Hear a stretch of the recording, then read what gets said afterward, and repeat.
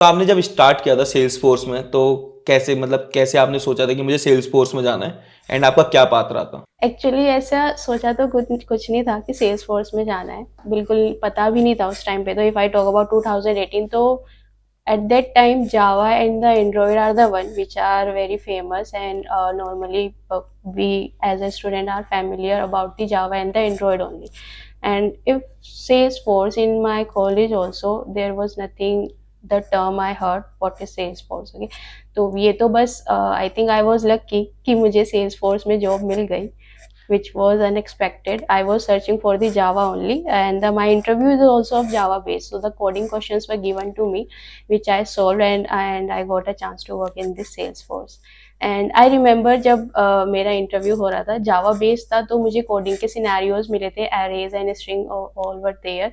So I completed all three coding scenarios, and then they offered me that you are selected and you will be getting chance to work in the Salesforce technology. सो जैसे कि नाम है sales force, तो इससे यही लगता है कि यार ये पता नहीं क्या कुछ सेल्स से रिलेटेड तो नहीं है, कुछ मुझे बेचना बेचना होगा या कस्टमर कॉल वगैरह लेनी होगी। तो मैं थोड़ा डर गई, तो मैंने वहीं पे एट द सेम टाइम मैंने उनसे पूछा कि नहीं, ये तो मुझे नहीं करना, मुझे कोडिंग वाली कोई टेक्नोलॉजी में डालो जहाँ मैं कोड कर सकूँ। तो फिर उन्होंने मुझे बोला हँसते-हँसते कि ये कोडिंग ही है और नाम पे मत जाओ, यहाँ पे आपको मतलब मिक्सअप मिलेगा। ऐसा नहीं है कि पूरा प्योर कोडिंग है, नहीं, यहाँ पे चीज़ें मिक्सअप है और यहाँ पे आपको काम करने को भी मिलेगा, कोडिंग यूज़ करने के लिए भी मिलेगा।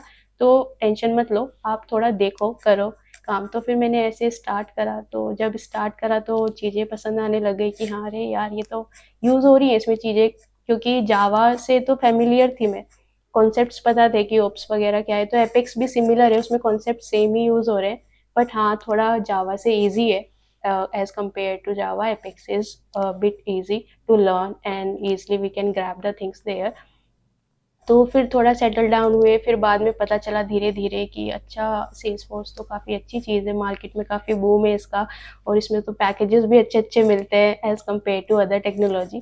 तो फिर थोड़ा रिलैक्स हुआ, फिर यहीं पे, बस यहीं पे सेल्सफोर्स में ही रह गए, और आज तो पता ही है कि क्या चल रहा है। Okay, I am really very glad कि हाँ, सेल्सफोर्स ने मुझे सेलेक्ट करा उस टाइम पे। ओके।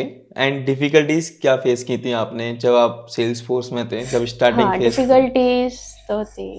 देखो, जैसे कि मैंने अपनी बीटेक करी थी इलेक्ट्रॉनिक्स से, तो थोड़ी-सी डिफ़िकल्टी आई कि मुझे थोड़ा टाइम ज़्यादा लगा as compare to the other those who are already from the CS background. क्योंकि अभी 4 साल मैंने नॉर्मली कोडिंग पे इतना हैंड्स ऑन प्रैक्टिस नहीं करी। इंटर्नशिप या ट्रेनिंग्स में करती थी कोडिंग पे ही। मतलब मैंने थर्ड ईयर में आई टूक a training on the Java and on the Android application also. And then in my last year internship also I done in the Bosch, which is in the Gujarat. Okay, so वहाँ पे भी मुझे मौका मिला. I worked on the virtual application. So virtual applications we have created.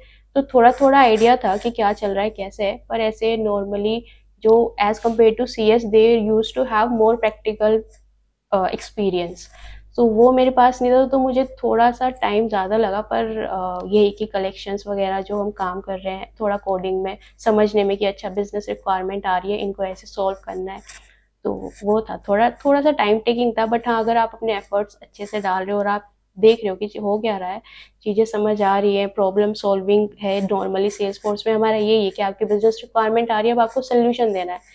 Solution, it can be solved using the coding also, or it can be solved using the point and click configurations, right?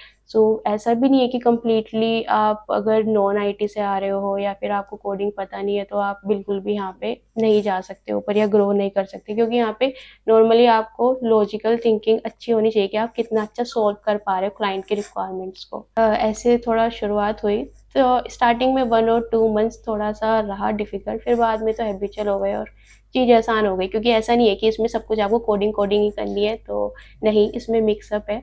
आपको time मिलेगा अच्छे से grow करने के लिए, समझने के लिए, और साइड बाय साइड चीज़ें हो जाएँ।